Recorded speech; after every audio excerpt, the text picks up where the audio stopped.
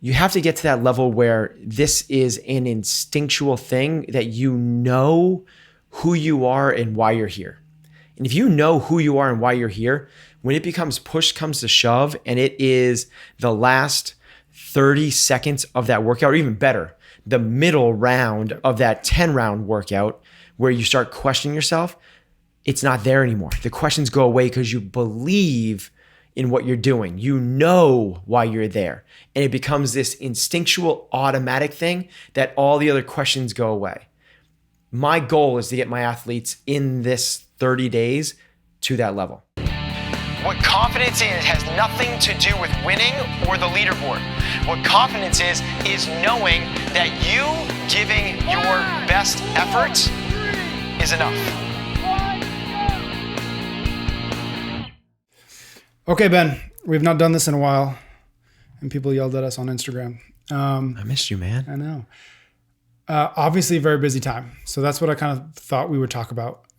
Time before and around the games is always very important for you to make sure you're focusing on the right things. And the right things at this time of year is the CrossFit Games and specifically your athletes.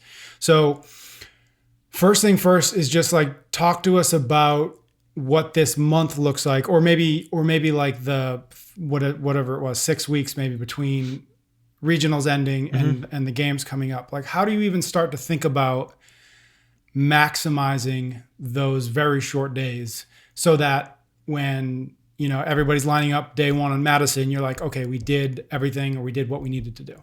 Yeah. Exactly right. This is a very crucial time in the development of the athletes to make sure that they can perform come end of July or early August this year at the games.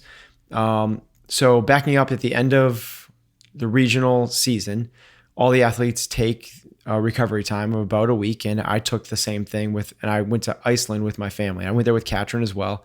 But knowing what was coming up, I wanted that time and that special time with my family, knowing that we were going to, not to say I was going to go totally imbalanced, but I was going to put a lot more of my own resources into working with the athletes.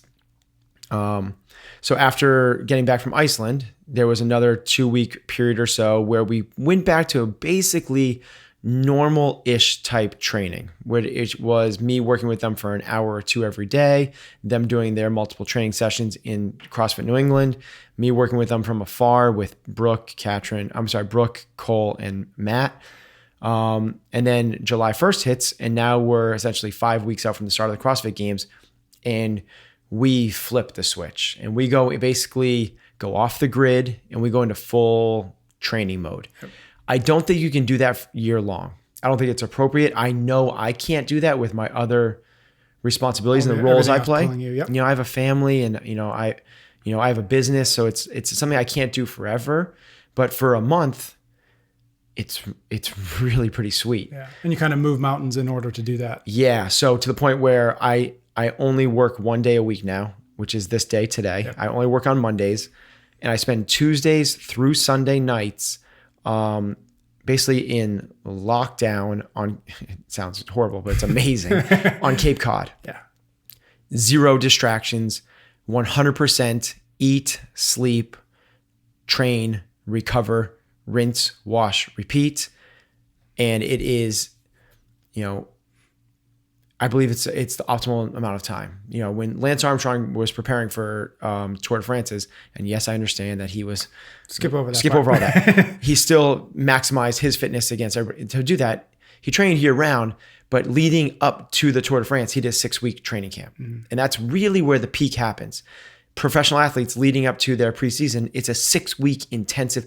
That's what we want. It's the same thing. 6 weeks to find your peak. I don't want my athletes peaking for the open. I don't want them peaking even for regionals. And that sounds weird, but these athletes, they're going to get there. Yeah. Thank God they did. Yeah. And now it's time to literally sharpen the axe to the point where it can slice a hair when it's dropped on top of it. Yeah. So is the goal to get them fitter in the 6 weeks or the 5 weeks, or is it technique refinement? Is how do you go into those 4 weeks like what is the goal? Yep. How do you measure that? Yeah, it's great. So whether it's technique or fitter, it's to improve their improve their work capacity across the board. So some of the athletes are going to improve that by improving their VO2 max and their lactic threshold and their lungs capacity to move oxygen through their body, right? Other athletes are going to do it by getting the bar to hit higher up on their hips when they do a snatch. Yep. It's just like, it's different for each person and each movement and each domain. So there's not one thing that we're saying, this is what we're doing. Having said that, if I have to pull out, I don't even want to say that. We spend, if we're swimming, some people it's about building up stamina and endurance in the water. Other people it's 100% technique, has nothing to do with the stamina. So it really is individualized depending on the athlete and the task at hand. So you're on the Cape, and I don't know if you said this, but if you didn't, you are in a house with Katrin, Brooke, and Cole. Literally, you guys are all living under the same roof. Yep. Right? So what is the value that you found in having everybody in the same place at the same time training for the games? I think the biggest advantage, first off, is that I can speak to them. Yep. As opposed to them being in, Missouri, Washington, and Katrin's always here. Yeah. The advantage is that I get when I speak to them and I'm saying something to one person, if I'm giving someone some swim technique reviews, they all hear the other stuff and it resonates. Whether it helps. If I'm talking to them about the mindset stuff, whether I'm speaking to some person, it might resonate with somebody else. So you kind of get this overlapping. It's like an echo effect. Yeah, exactly. What you say to one person echoes to everybody else. So that's a huge advantage. It also makes time is a limited resource. I have to say it 3 different times. It's not as efficient or potentially as effective. Yep. The other side that I think is a huge advantage is you accept your surroundings as normal, right? It's like when you're growing up, if you celebrate Hanukkah and not Christmas, you think everybody celebrates Hanukkah and what's Christmas? Yep. And if you grow up and, if you grow up in an abusive household, you kind of accept that as normal. If you grow up in whatever it is, if you grow up with a double working family, parents both work, you accept that as normal. Yep. In this case, the excellence that these guys are living with is completely normal. The getting up and going through a morning routine where they're reading about mindset and establishing their own true norths and core values and what are their hardcore beliefs, which are not easy questions to answer. They're doing that on a regular basis every morning. Mm-hmm. We go and we swim in the open ocean, every morning essentially. That's not something that's enjoyable for most people, but because they're with other people doing it, it seems a lot more normal. They come back and make incredibly clean breakfasts and they have time for them to reflect.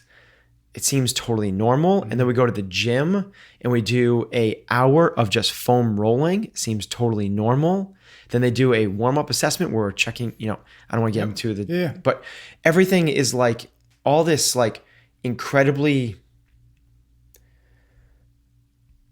detailed stuff that when you're in your own environment and you're living with your wife or your boyfriend and you have all your friends and your social life and all these other distractions, it seems a lot harder to dig into that excellence. Here, it's just like, it's the expectation. Right.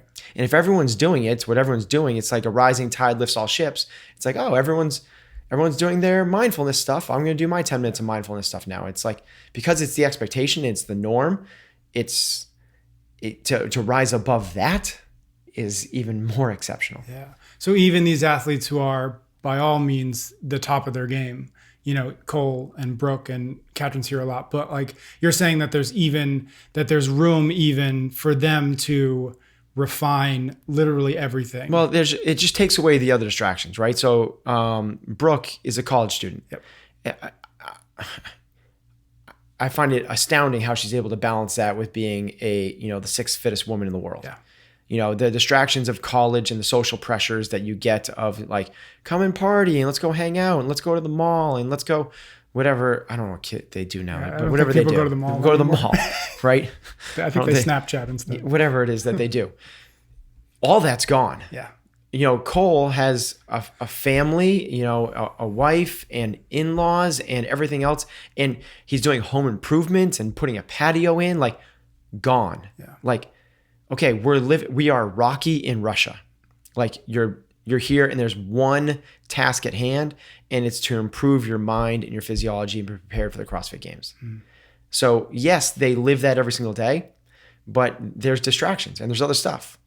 I think Katrin does it, and Matt actually does it, when Matt does it phenomenally as well. And that's why he likes to stay in because Matt essentially, he's in Vermont. Matt lives Rocky in Russia. Yeah. He goes to the gym, he comes back, he eats, he goes to the track, he comes back and eat, he goes to the gym again, he comes back and he sleeps. And it should be said, that's a big reason why he's not on the Cape with you And guys. he found something that worked for him. It works for him. Yeah. We've tried it with him with us. It doesn't work as well. So why try to fit a round peg in a square hole, if that's the saying? Yep. We know what works for him. We're going to stick with that. If it's not broke, don't try to fix it. Yeah. So it's interesting. I think you said earlier that this isn't something that you'd want to extend beyond 6 weeks, 5 weeks, 4 weeks, whatever. So you're saying that like in an ideal world, this wouldn't be normal. This is always like a special time before...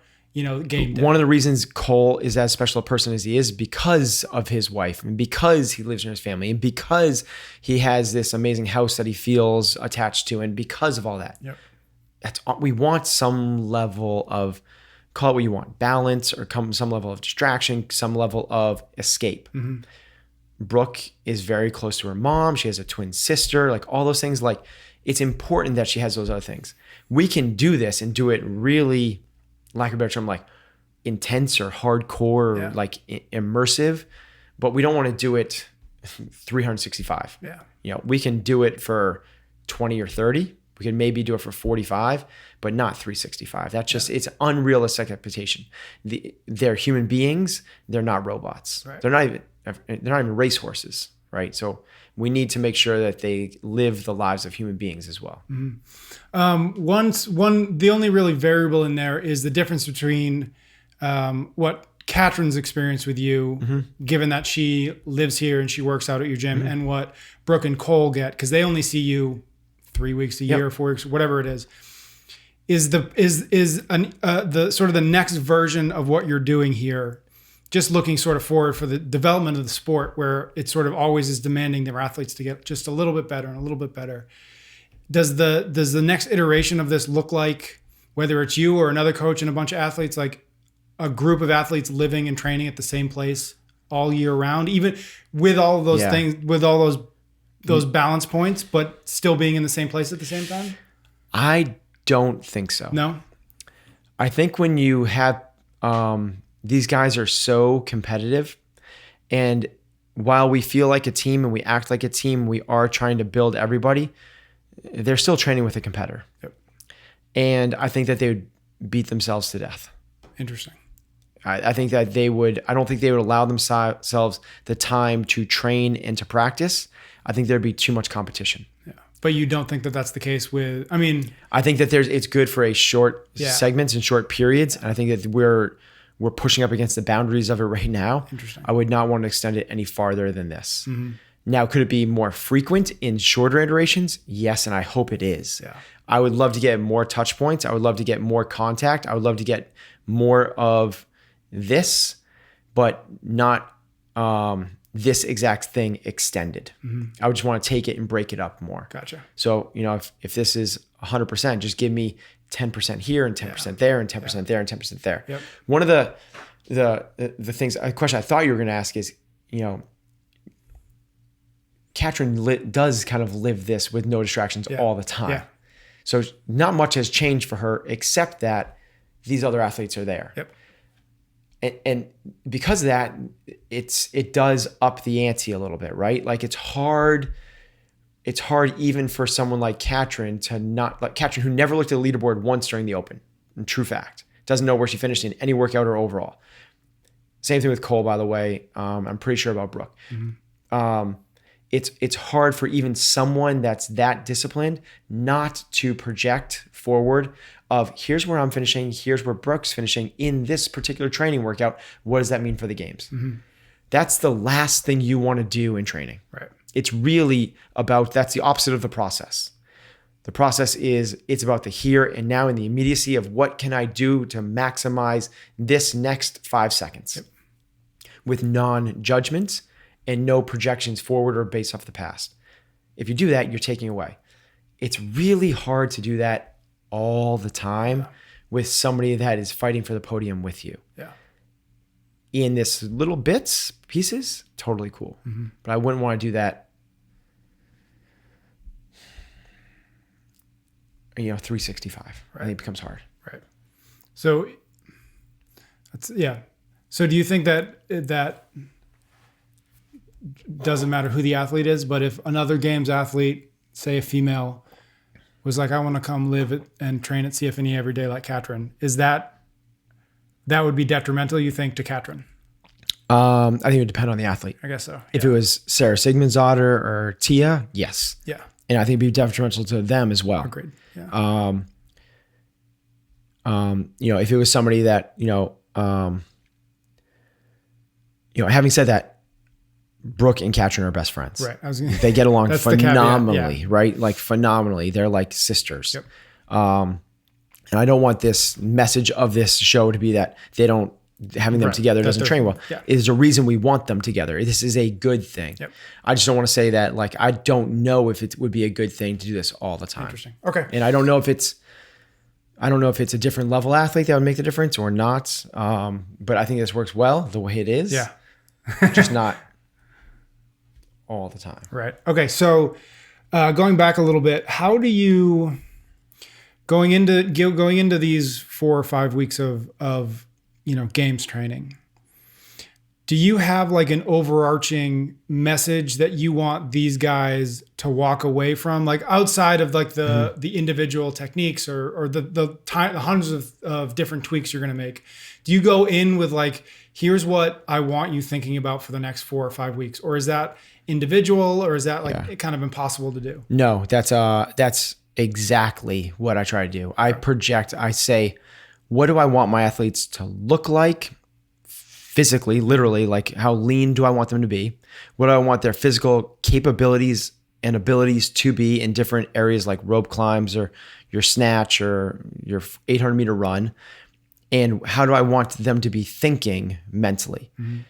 And I work backwards from that and say, okay, how do I get them to that? So we do all sorts of, obviously the easy one there is like the training type stuff. Okay, I want you to be able to do 10 legless rope climbs in 3.5 minutes. Okay, how do we get to that? Yep. Then I want, that's the easy part. You back into what you want them to look like. Then it's also like from a nutrition standpoint, what do I want you to look like? Let's back into that. But the one that I get the most excited about, and I think is the most transformative, is the mental side of it. Mm-hmm. How do I want these guys thinking about themselves, thinking about the sport of CrossFit, thinking about the opportunity to compete there, thinking about the week, thinking about what they're going to see throughout the week. And I spend a majority of the time working on that. We do, I try to lay out that message to them. This is the vision. Here's what we're going to be like. Here's how we're going to be prepared. And I use a whole bunch of different tools. Whether it's having them watch a video that you help create, right? Whether it's watching a video that presents a certain message, whether it's using little tricks or tips that I've, like gimmicky stuff that I picked up from other coaches in other sports, like little like physical reminders of this is what this looks like. Or it's a worksheet. Let's work through this mental exercise. Literally like, here's 6 questions, answer these 6 questions. Or it's, go spend an hour with yourself to try and answer this question for yourself. Or it's, we spend a lot of time. I actually have a binder, and every day I give them a new thing to read and to focus on. Mm-hmm. And it might be something about training or nutrition. It might be something about your definition of success, or how to create your own core values, or what's your true north. And the reason for that is a lot of it is just figuring out who these guys are. And my belief is that if you know who you are and why you're doing this, I believe if you have ultimate belief in something, it changes the ballgame. And you can't believe something without digging into it a little bit. So I want these guys to dig. And the example I give them, and I gave them early when we first started, was, I know I love my kids. And I would, without a second of hesitation, and every parent would do this, without a second of hesitation, I would jump in front of a moving train, bus, whatever it is, to push them out of the way in a heartbeat. I would give up my life to save them. I wouldn't even think about it. It would be instinctual. It wouldn't be a thought process. It would be it was on a subconscious level. There'd be no thought because it's so ingrained in who I am. But, and this maybe not sound great, but if there was a stranger that was essentially dead on the sidewalk and I was tasked with giving him mouth to mouth, it would not be a jump to it thing. There would be other thoughts that would go through my head. And I would have to process that. I would have to think like, it's not automatic. It's not automatic, Yeah. right? It's not automatic. It's a thought thing. And I would probably end up doing the right thing. I hope I would. Right. But it's not gonna be this automatic. It's not an instinctual thing. Yeah. You have to get to that level where this is an instinctual thing, that you know who you are and why you're here. And if you know who you are and why you're here, when it becomes push comes to shove and it is the last 30 seconds of that workout, or even better, the middle round of that 10-round workout where you start questioning yourself, it's not there anymore. The questions go away because you believe in what you're doing. You know why you're there. And it becomes this instinctual, automatic thing that all the other questions go away. My goal is to get my athletes in this 30 days to that level. Now, it doesn't happen in 30 days. That's why we have to talk about this stuff all the time. Yeah. But this is the immersive camp. Yeah. This is boot camp. This is buds. This is Hell Week. This is, maybe some corporate training maybe Google has this where they bring people in and they reprogram people to think this way. But that is the goal of this camp, is can I maybe not reprogram, it's not the right, these guys are on track. Yeah. Can I deepen the programming to the point where it's just an automatic thing? If we can do that along with get them to climb ropes, right, then we're in good shape. Yeah. So when you get to the games, then having had this experience and having put in the work, sort of all of that work that you just talked about, do you then just let it happen?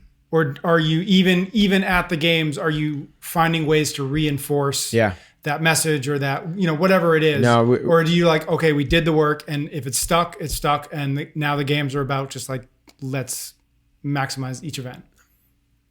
Really cool question.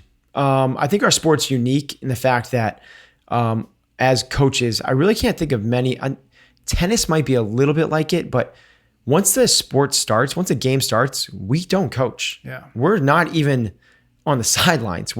I literally go up, like if I go to watch it at all, I'm usually in the athlete village. I don't get to watch the events at all. Yeah. If I do get to watch it, I'm in the last row. Like I have the worst seats in the house. Yeah. I can't coach at all. It's a really unique part of what we have as coaches in our sport.